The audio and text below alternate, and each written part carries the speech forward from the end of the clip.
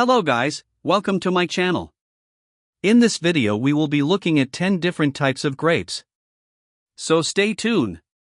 You might think you know grapes, but given the sheer volume of variety in these juicy orbs that are eaten and pressed into beverages, there is a lot more to this fruit than what you see in the produce section and wine shop. Grapes have been cultivated domestically for thousands of years, a trade that started in the Middle East in areas including Israel, Cyprus, Egypt, Iran and Turkey, to name a few. Another fun fact, according to the Food and Agriculture Organization, the world uses 70% of the grapes grown to make wine. And while an estimated 10,000 types of grapes exist in the Vitaceae family, only around 1,300 of these are used in winemaking.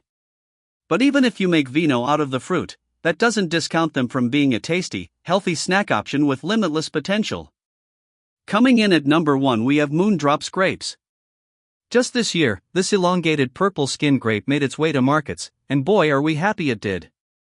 The person to thank for this variety is Dr. David Kane, a plant breeder and scientist who works for the grape-growing company Grapery, developing new types. He has been working on the Moondrop for about 15 years, cultivating the plant from a Middle Eastern sample. No, it's not a GMO fruit. Kane practices old-school plant breeding, which is why it took so long to develop this novelty. Finger-like shape with dark purple, almost black skin. The flesh is firm and crunchy, giving this variety a nice snap that also helps it maintain in the refrigerator for days. It's sweet, but not too sugary, and tastes a little like grape jelly. Coming in at number 2 we have Concord grapes. This cultivar was developed by Boston native Ephraim Walesbull in 1849 in a small farmstead outside of Concord, Massachusetts. Bull started selling the grapes in 1854, and since then they have remained one of the most widely used fruits in the country. The famous juice we know so well appeared shortly after in 1989 thanks to New Jersey dentist Thomas Welch. This beverage remains 100% pure grape juice. The jammy sweetness comes solely from the fruit. If you have ever had Welch's classic grape juice, then you know exactly what the Concord tastes like. Bright, sweet and full of that signature dark grape flavor.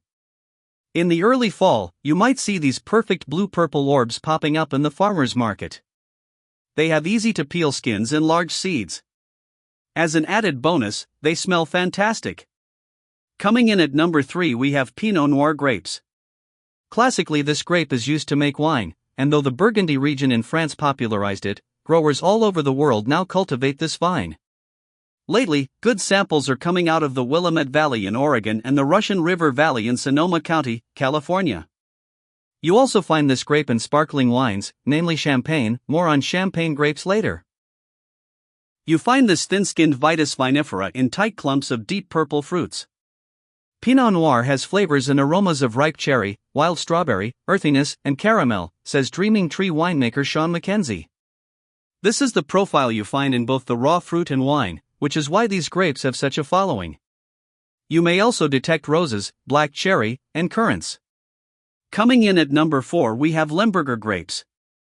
Also known by the equally awesome name Blaufränkisch, this grape is used for making dark, tannic wines with subtle spice notes. Originally this early budding varietal grew in the Württemberg wine region of Germany, but in the last few decades the Finger Lakes of New York and the Okanagan Valley in British Columbia have been having a lot of luck with the vines. The plump grapes have a dusty blue color with a tannic berry essence. If you peel the skin back, you get more sweet, dark fruit flavors. Notes of pepper tend to come out in the grape, especially when made into wine. Coming in at number 5 we have Sweet Jubilee grapes. This grape hails from the Grapery's Flavor Promise series, and made the scene in 2012. It's one of the seeded varietals they grow, but proves so big you can cut it like an apple and just pop those suckers out. Eat them raw, sliced on a peanut butter sandwich or lightly grilled to give your salad a fruity, smoky kick. You will know these grapes by the large black ovals that make up a bunch. They are sweet and firm with a clean grape flavor. Coming in at number 6 we have Valiant grapes. It can't be easy to cultivate grapes in Alaska, but thanks to its durability in freezing temperatures and harsher soil conditions, the fast-growing Valiant does quite well there. These large blue grapes are used for juicing, jams, and as a table grape, though they can be on the sweeter, almost sugary, side. These cold weather beauties taste a lot like Concords, and have an easy-to-remove skin and high sugar flesh. They're larger than the average table grape and aren't as astringent. Coming in at number 7 we have champagne grapes. No, this isn't the grape that the French make sparkling wine out of, though we understand how that might be confusing. Actually, this teeny tiny grape's official name is the Zante currant, though it's not technically a currant, and is sometimes also called the Black Corinth. They are thought to have originated in Asia and/or Greece, but now are mainly grown in Europe and the United States. They are popular with chefs too, and at Rebelle in New York City chef Jessica Young uses them alongside more standard grapes in her grape clafoutis. Champagne grapes provide sweetness while the combination of table grapes add an element of tartness, she says. These are some of the smallest berries you can find, roughly the size of a pea, which makes them perfect for decorating a plate, popping in your mouth as a snack or giving to kids. They are tender and sweet, with a pleasing crunch. Coming in at number 8 we have crimson seedless grapes. Most of the red table grapes you see in the store are crimson seedless, thanks to David Ramming and Ron Tarailo of the USDA Fruit Genetics and Breeding Research Unit in Fresno, California. They bred these popular berries and released them to the public in 1989. Essentially, this is the classic grape many of us are used to, and since they have a later growing season you especially see them in the winter. Chef Yang also works with these grapes. They add an element of tartness and have a thick skin, which keeps the juiciness and gives them a nice pop when you bite in, she says. Coming in at number 9 we have Kyoho grapes. With fruits that get as big as a plum, these are the largest grapes you can find.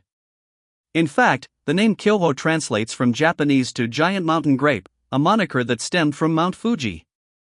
These black beauties were specially bred in the 1930s and are a cross between the Ishiharaways and Centennial grape varieties. In Japan, this grape is served for dessert or juiced and mixed into traditional chuhai cocktails. Large, dark black-purple berries with a big inedible seed and thick, bitter skin. You will want to peel off the outside to enjoy the sweet fruit underneath, which has a similar taste to the Concord grape. Coming in at number 10 we have cotton candy grapes. One bite of this juicy green grape and you will understand why they are so popular. Yes, they taste just like cotton candy, but in a healthy, natural form. We weren't breeding for a specific flavor, just grapes with a great flavor, says Jim Beagle, CEO and co-owner of Grapery, which grows these sweethearts. It's amazing how much they taste like cotton candy. You can find this varietal trademarked under the Grapery banner, and thus far it is only grown in California.